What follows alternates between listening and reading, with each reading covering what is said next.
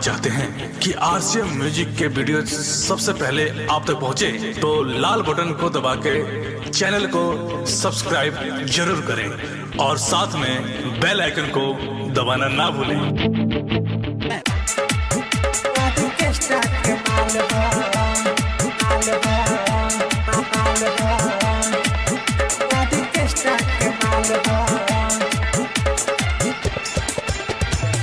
आइल बंगाल से बाहिरनी के चाल हो,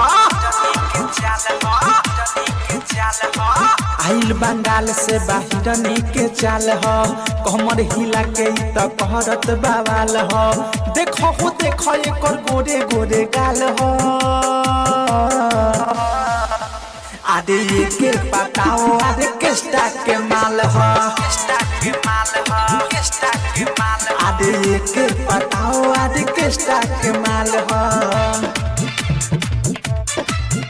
आदे केस्टा के माल हो,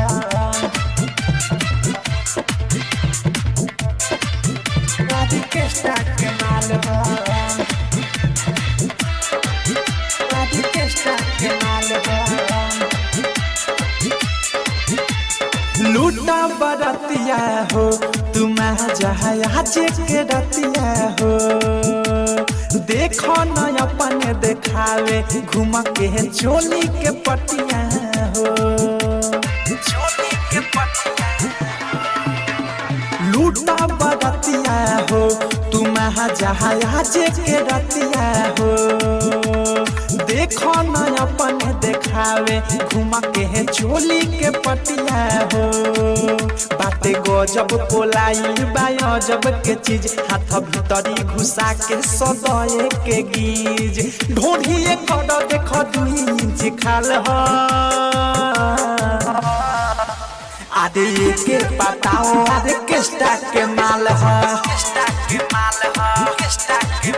आदे के पताओ आदे केस्टा के माल हो, आदे केस्टा के माल हो,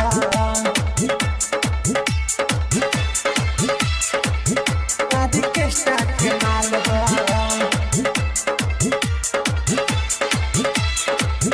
आदे केस्टा के माल हो।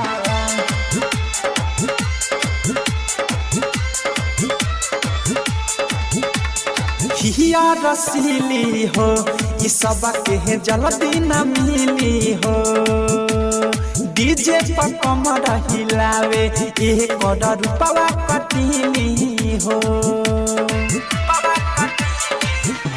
सुन हिया रसीली हो ये सब के जल्दी न मिली हो, डीजे पर कमर हिलावे एक रुपवा कटीली हो।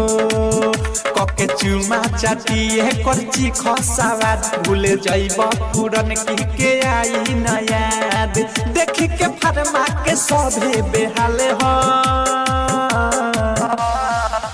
आदे के पताओ आदे केस्टा के माल हो, आदे के पताओ आदे केस्टा के माल हो,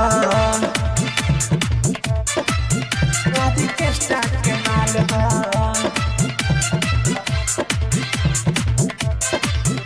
आदे केस्टा के माल हो, आदे केस्टा के माल हो। राही टडबी की विशाल नाही मिली दोबारा हो, अवध सपने में सुन पवन हो लागी न भारा हो, राही टडबी की विशाल नाही मिली दोबारा हो, अवध सपने में सुन पवन हो लागी न भारा हो।